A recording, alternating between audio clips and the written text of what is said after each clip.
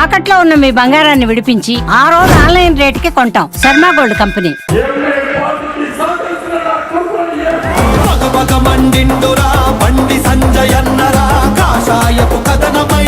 Minister అయిన తర్వాత మీకు ఏమైనా గిఫ్ట్ ఇచ్చారా? మంచి డైమండ్ గాజులు కానీ డైమండ్ నెక్లెస్ కానీ? ఇక వాడే ఒక డైమండ్ నెక్లెస్, ఇక మాకు ఒక డైమండ్ నెక్లెస్ లేదు. ఏ శాఖ తీసుకున్నారో తెలుసా? పోలీస్ పోలీస్ శాఖ తీసుకు కానీ ఇంట్లో లాస్ట్ పిల్లోడు కదా బండి సంజయ్ గారు. లాస్ట్ వాళ్ళకి గొడవ ఎక్కువ చేస్తారు, చెప్పిన మాట వినరు. మనం కూడా ఎక్కువ గారాబం చేస్తుంటాం. సంజయ్ గారు అట్లనే ఉంది. పోలీస్ స్టేషన్లకు అటు ఇటు పాపం బాగా కష్టపడ్డాడు.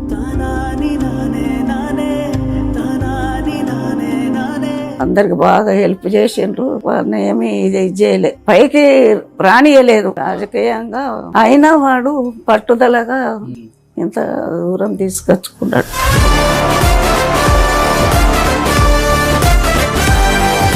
మీ రెండో కొడుకు పెద్ద కొడుకుతో మాట్లాడేటప్పుడు ఒక మాట చెప్పారు, నాన్నగారు చిన్న ఏజ్ లోనే చనిపోయారని. ఆడవాళ్ళకి చాలా కష్టం నలుగురు పిల్లల్ని సాధేటప్పుడు. ఎలా అంటే మీరు పడ్డ బాధలు కానీ పిల్లలు అర్థం చేసుకునే విధానం కానీ? అప్పుడు ఆయన చనిపోయేటప్పుడు మా దగ్గర ఏం లేకుండే.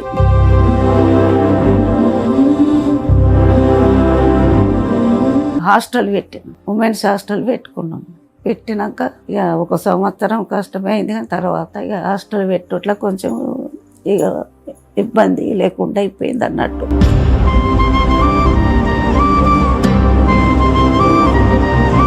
ఎవరు సహకరించలేదు. మేమే, మా 4 పిల్లలు, మేము, ఇక మా అల్లుడు, మా బిడ్డ, మా 3 కొడుకులు. Hi, hello, welcome to Suman TV. నేను మీ రోషన్. సో ప్రస్తుతం నేను బండి సంజయ్ గారి ఇంట్లో ఉన్నాను. సారీ, బండి శకుంతల గారి ఇంట్లో ఉన్నాను. అమ్మా నమస్తే. నమస్తే. ఎలా ఉన్నారు? బాగున్నారు. ఎంత ఉంటుంది మీ ఏజ్? 83 ఉంటాయి. 83 సంవత్సరాలు. ఏం తింటున్నారమ్మా? ఏం లేదు. ఎంత స్ట్రాంగ్ గా ఉన్నారు. మధ్యాహ్నం నేను బండి సంజయ్ గారి ఇంటర్వ్యూకి వచ్చినప్పుడు ఎంత యాక్టివ్ గా ఉన్నారో ఇప్పుడు కూడా అదే యాక్టివ్గా ఉన్నారమ్మా. ఎంత టైం ఇప్పుడు? 7 దాటిపోయింది. ఈ టైంకి తినేసి పడుకుందామా అనుకుంటారు అందరూ ఈ ఏజ్ లో. మీరు ఏం ఫుడ్ తింటారు అసలు డైలీ? మామూలుగానే కూరగాయలు, అన్నమే. సాయంత్రం చపాతి, ఎప్పుడు చపాతి అంతే. వాకింగ్ చేస్తారా? ఫస్ట్ నుంచి కూడా అలవాట్లేదు. మంచి హెల్దీ ఫుడ్ తింటారు. ఆకుకూరలు పచ్చి అంటే గ్రీన్ ఎక్కువ ఉండే ఆకుకూరలా లేకపోతే మామూలుగానే కర్రీ చేసుకో. సో ఉప్పు కారం తగ్గించి అంతే. ఉప్పు కారం తక్కువనే తింటాం ఇంట్లో అందరం. ఓకే. సో మీరే వంట చేస్తారమ్మా? మా కోడలు ఇప్పుడు తను ఎప్పుడైనా పోతే చేస్తారు. Okay okay. మీరు బాగా చేస్తారా వంట? కోడలు బాగా చేస్తారా? ఇద్దరం బాగానే చేస్తాం. మీరేం వంట మంచిగా చేస్తారు? బండి సంజయ్ గారి కోసం ఏ వంట బాగా చేస్తారు మీరు? అని ఒకప్పుడు చేసినాం, ఇప్పుడు ఏం చేస్తాం. అదే కరీంనగర్ అంటే నాన్ వెజ్ కి పెట్టింది పేరు కదా. ఎక్కువ నాన్ వెజ్ లో ఏ వంట బాగా చేస్తారు టేస్టీగా? ఇక నాన్ వెజ్ అంటే ఇక ఒక సండే రోజు తప్ప మధ్యలో అప్పుడు ఇప్పుడు తక్కువనే. మా నాన్ వెజ్ తింటారు పెద్దగా? తక్కువనే తింటాం. ఓకే. సో దీన్ని బట్టి ఎవరైనా వస్తే ఇట్లా తప్పదు, కానీ ఇక అన్నీ ఒక పొద్దులే వస్తుంటాయి కదా. పూజలు ఎక్కువ చేస్తుంటారు. ఇక పూజ అంటే ఇక రోజు మామూలుగా చేసుకున్నట్టే. ఇక మాది జేఆర్ స్వామి, చిన్న జేఆర్ స్వామి. ఓకే. సో నాన్ వెజ్ చాలా తక్కువగా తిని పచ్చి అంటే పచ్చి ఆకుకూరలు అంటే ఇన్ ద సెన్స్ మన గ్రీన్ ఉంటది కదా, అలాంటి ఎక్కువ తింటే గ్రీన్ లీఫ్ ఏమి తినము, మామూలుగా కర్రీ చేసుకునే తింటాం. అదే అలాంటి ఎక్కువ తింటే హెల్దీగా ఉంటాం. నూనె తగ్గించి మామూలుగానే అందరిలానే మామూలుగానే చేసుకుంటాం. Okay okay. అంత పెద్ద ఇదే. ఓకే. కాదు, బండి సంజయ్ గారు ఈరోజు కేంద్ర మంత్రి. ఇంత పెద్ద హోదాలో ఉన్నా అంటే ఢిల్లీకి రాజైనా తల్లికి కొడుకే అంటారు కాబట్టి ఏమనిపిస్తుంది కొడుకు విజయాన్ని చూసి? ఎన్నో ఆటపోట్లు. సంతోషం ఉంటది కదా, సంతోషం ఉంటది. ఇంతమంది వాడికి చాలా మంది వాళ్ళకు ప్రజలు మనకి ఎంత సపోర్ట్గా ఉన్నారు. ఓకే. సంతోషం. ప్రజలంటే బాగా ఇది దానికి ఇక ఉంటుంది, ఇక సంతోషం ఉంటుంది కదా. ఓకే, ఏ శాఖ తీసుకున్నారో తెలుసా? పోలీస్ దగ్గర పోలీస్ శాఖ ఓ, కేంద్ర హోంశాఖ. ఓకే. నిజంగా చిన్నప్పటి నుంచి ఉందా లీడర్ అవ్వాలి, ప్రజలకు మంచి చేయాలి, పాలిటిక్స్ లోకి రావాలని? లేకపోతే చిన్నప్పటి నుంచే ఇక చూస్తాడు మంచి చెడు, మనకి చిన్నప్పటి నుంచి అలవాటు. ఇక మా ఇంట్లో వానికి అలవాటే, మాకు అందరికీ ఎవరైనా వస్తే తినిపోవడం చేయడం. మా ఇంట్లో ఎక్కువ భోజనాలు బాగానే అవుతాయి. ఇప్పుడు కాదు, వాళ్ళ నాన్న ఉన్నప్పటి నుంచే ఓకే వస్తుంటారు. ఆర్ఎస్ఎస్ వాళ్ళు వస్తారు, వాళ్ళు ఎప్పటికి వస్తుంటారు ఇప్పటికి కూడా. ఓకే, వాళ్ళు బాగా మాకు బాగా దగ్గర బంధువులు లెక్క వాళ్ళు. సో ఇప్పుడు వచ్చిపోవుడు ఎక్కువ, అధికారంలో ఉన్నా లేకపోయినా వస్తారు. అంటే సంజయ్ 10th క్లాస్ ఉన్నప్పటి నుంచి వస్తుండ్రు. ఓకే, 10th క్లాస్ డిగ్రీ ఉన్నది. ఇక అంత మొదలు ఎంత తక్కువ తెలియకపోగాని మేము ఇక్కడికి 82లో వచ్చినాం కరీంనగర్కి. కరీంనగర్ కాదు, కాపువాడ నుంచి ఇక్కడికి. ఓకే, అక్కడ కాదు, ఇక్కడ వచ్చి ఉన్నాం. మా అన్నయ్య వాళ్ళు ఉంటే అక్కడికి వచ్చినాం. ఇక అప్పటి నుంచి ఇక వాళ్ళు మా ఇంటికి అప్పటి నుంచి పరిచయం. ఓకే, ఇక సంజయ్ తోటి. ఓకే, వాళ్ళు ఇప్పటికీ వస్తారు, బాగా మాట్లాడతారు, ఇంట్లో మనుషులు లెక్కనే. ఓకే, వాళ్ళు చాలా మా సంజయ్కి బాగా ఇది. కొట్టేవాళ్ళమ్మా చిన్నప్పుడు సంజయ్ గారిని బాగా? మాట వినకపోతే కొట్టుడు? ఎవరిని కొట్టి మా పిల్లలు కొట్టే అంతగా ప్రవర్తించలే. వాళ్ళ చదివేందో వాళ్ళే నలుగురు, వాళ్ళకు వేరే స్నేహితులు లేరు. ఇంట్లో వాళ్ళే స్కూల్ ఉండి వస్తారు, ఇక స్నానాలు చేసి కూర్చుంటే ఎంత హోంవర్క్ కూడా చేసుకుంటారు. ఇక కొంచెం సేపు వాళ్ళే నలుగురు, మా అమ్మాయి వీళ్ళు ముగ్గురు ఇక ఆడుకుంటారు. టీవీ పెట్టుకుంటారు. అప్పుడు టీవీ అక్కడ టేప్ రికార్డ్. అవును అవును, టీవీ రేడియోనే వాళ్ళదే. వాళ్ళు ఇక వేరే స్నేహితులు లేరు, అప్పుడు రాకపోదురు. ఓకే, వాళ్ళే నలుగురు. ఇప్పటికి కూడా నలుగురు, ఒకరు నెచ్చిపెట్టి ఒకరు ఉండరు, కలిసే ఉంటారు. కానీ ఇంట్లో లాస్ట్ పిల్లోడు కదా బండి సంజయ్ గారు, లాస్ట్ వాళ్ళకి గొడవ ఎక్కువ చేస్తారు, చెప్పిన మాట వినరు. మనం కూడా ఎక్కువ గారాబం చేస్తుంటాం. సంజయ్ గారు అట్లనే ఉంది, అట్లనే. ఏం పైన ఎక్కడన్నా ఏదన్నా అవుతుంటే గొడవ పెట్టుకుని ఏర్పడకుండా వచ్చి ఇంట్లో ఉండు, ఎవరికి తెలియకపోతుండే. మాకు ఎట్లా గొడవ అయిందని ఎవరైనా చెప్తేనే తెలుసు. ఇక మా సార్ కూడా ఏమనకపో, ఎవరమే ఏమనకపోదాం. ఇక అట్లనే వానికి అలవాటు అయిపోయింది. ఇక పోవుడు వచ్చుడు పోలీస్ స్టేషన్లకు అటు ఇటు, పాపం బాగా కష్టపడ్డాడు. ఓకే, మస్తు అందరికి బాగా హెల్ప్ చేసిండ్రు. ఇక వాళ్ళని ఏమీ ఇది చేయలే, అంటే పైకి రానియలేదు. ఇక చెప్తున్నమాట అదేలే, రాజకీయంగా చేసి అందరూ అనగదొక్కేశారు. అయినా వాడు పట్టుదలగా ఇంత దూరం తీసుకొచ్చుకున్నాడు. బాగా కష్టపడ్డాడు. ఆ కష్టం మాకు మా ఇంట్లో వాళ్ళకే తెలుసు. ఏదన్నా ఒకటి గుర్తుందమ్మా బాగా ఆయన పడ్డ కష్టం? అంటే ఇవాళ రేపు రాజకీయం అంటే డబ్బులు కావాలి. అయోధ్య అప్పుడు అటు పోయొచ్చిండ్రు కదా, పోయొచ్చిన తర్వాత మాకు ఇవి డోర్లు వీళ్ళు ఇప్పుడు కాకుండానే వచ్చినాం. ఇక అప్పుడు పోలీసు వాళ్ళు వీళ్ళు బాగా వచ్చిండ్రు. వచ్చి వాళ్ళు లేకుంటే మా పెద్ద అబ్బాయినో రెండో అబ్బాయిని ఎవరినో తీసుకొని పోతురు. తీసుకొని పోతే ఇక బాగా సత్యన తీసుకొస్తుండే. వీడు తెలిసి మళ్ళీ వస్తుండే, వచ్చి సరెండర్ అవుతుండే. అట్లా పోలీసులు బాగా ఇబ్బంది పెట్టారు అప్పుడు. ఇక అక్కడ ఏం చేస్తారో మేము చూస్తుంటామా, ఇక చెప్పకపోతుండే అట్లా. సో అట్లా పోలీసులు ఇబ్బంది పెట్టిన వాళ్ళకే ఇప్పుడు పోలీస్ శాఖ మంత్రి అయ్యారు. ఆయనే పోలీస్ స్టేషన్లో పోయిండు, దెబ్బలు కూడా తిన్నాడు, బాగా కష్టపడ్డాడు బాగా పాపం. ఓకే, ఇప్పుడు 40-50 కష్టము మనకి ఇప్పుడు ఫలితం కలిగింది అట్లా. అమ్మ ఒకప్పుడు రాజకీయం అంటే వేరు, మీరు ఉన్నప్పుడు ఇప్పుడు రాజకీయం వేరు. ఇప్పుడు ఒకరినొకరు తిట్టుకోండు, వాళ్ళు వీళ్ళని తిట్టుడు, వీళ్ళు వాళ్ళని తిట్టుడు. ఏమనిపిస్తుంది బండి సంజయ్ గారిని అందరూ రకరకాలుగా మాట్లాడుతున్నప్పుడు?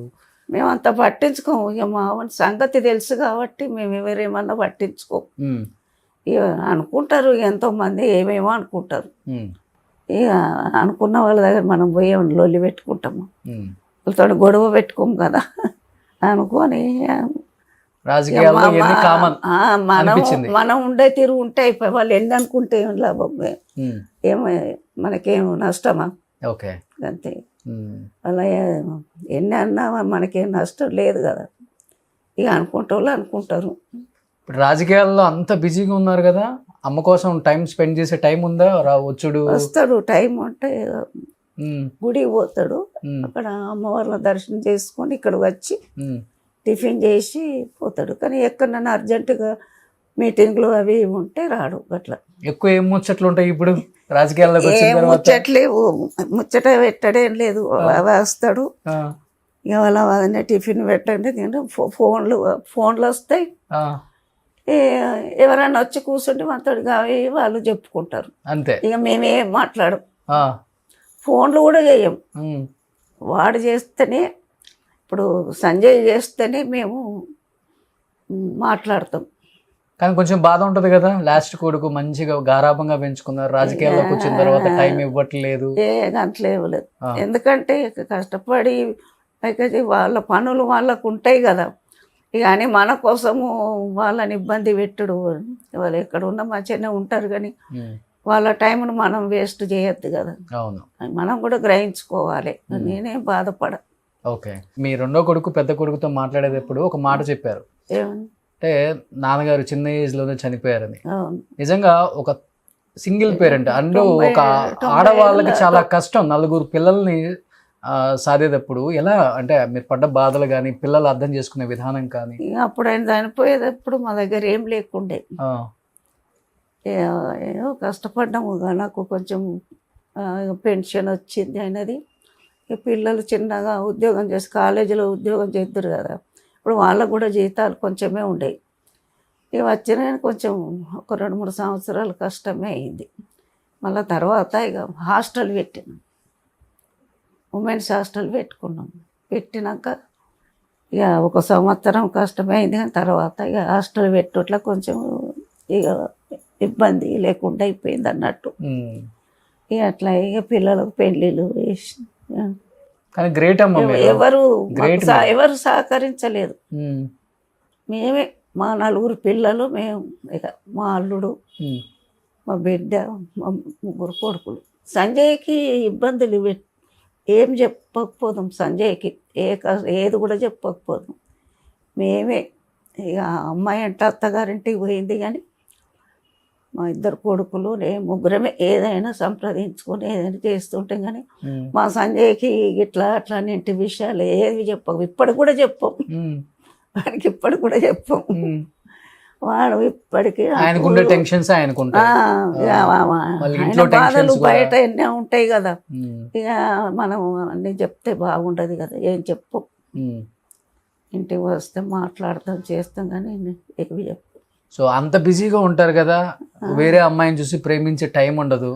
పెళ్లి చేయాలి అన్నప్పుడు మీరే అమ్మాయిని చూసుంటారు కాబట్టి సంజయ్ గారు ఓకే చెప్పేశారా వెంటనే? మాకు ఒకరు అమ్మాయి ఇట్లున్నారు అంటే మా పెద్ద అబ్బాయి పోయి చూసి వచ్చిండు. చూసి వచ్చిన తర్వాత మళ్ళీ మేము పోయి చూసి ఓకే అనుకో చేసుకొని వచ్చినాం. బట్ ఆమె కూడా అర్థం చేసుకుంటది, ఆయన బిజీ, ఆమె కూడా అర్థం చేసుకుంటది. ఆమె కూడా అలవాటు అయిపోయింది, ఇక మాకైనట్టుగా ఆమెకు అలవాటు అయిపోయింది. మొదలు కొంచెం వాళ్ళకి తెలియక కొంచెం ఇబ్బంది పడ్డారు, ఇక ఇప్పుడు ఇక అలవాటు అయిపోయింది. ఇక వాళ్ళ అమ్మ కూడా బాగానే చూసుకుంటుండే సంజయ్ని. సో డెఫినెట్గా మగపిల్లలకి తల్లి అంటే మంచి ప్రేమ ఉంటుంది, లాస్ట్ కాబట్టి ఇంకా ప్రేమ ఉంటుంది. మినిస్టర్ అయిన తర్వాత మీకు ఏమైనా గిఫ్ట్ ఇచ్చారా? మంచి డైమండ్ గాజులు కానీ డైమండ్ నెక్లెస్లు కానీ అమ్మకి?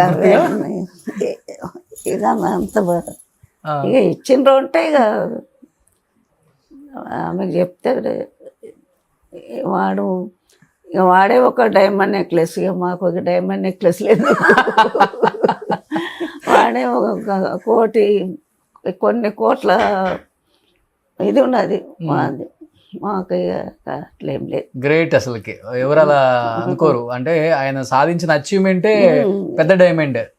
అంత కష్టపడి అంత పెద్ద పదవి వచ్చినందుకు ఇక సంతోషం ఉంటుంది, ఇక ఇది ఉంటుంది. ఇక మీకు ఇష్టమైన రాజకీయ నాయకుడు ఎవరు? మీరు ఫస్ట్ నుంచి ఎరిగిన రాజకీయ నాయకుడు? ఇక నాకు మొదటి నుంచి అంత రాజకీయం అంత ఏది లేదు. కాకపోతే ఎవరన్నా ఇప్పుడు మనం కావాల్సిన వాళ్ళు ఎవరైనా ఉంటారు, ప్రచారం చేయమంటే వాళ్ళు పోయి చేస్తుంటే కానీ అంత పెద్దగా వీళ్ళు వాళ్ళు అన్నట్టు ఏం లేదు నాకు.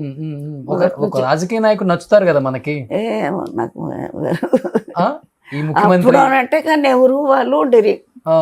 ఇక అప్పుడు కొంచెం మంచిగా ఉండే, ఇక ఇప్పుడు నాకు ఎవరు లేరు. ఎవ్వరు లేరు. నరేంద్ర మోడీ గారు కూడా? నరేంద్ర మోడీ గారు ఉంటారు. ఇక ఆయనతోటే కదా నా కొడుకు ఇంత ఇదైపోయింది, ఆయన ఆశీర్వాదం వల్లనే. ఓకే. ఆయన ధైర్యం ఇచ్చుట్ల వాడు ఇంత పైకి వచ్చి ఆయనకు నమస్కారం చేయకూసింది చాలా మంచిది.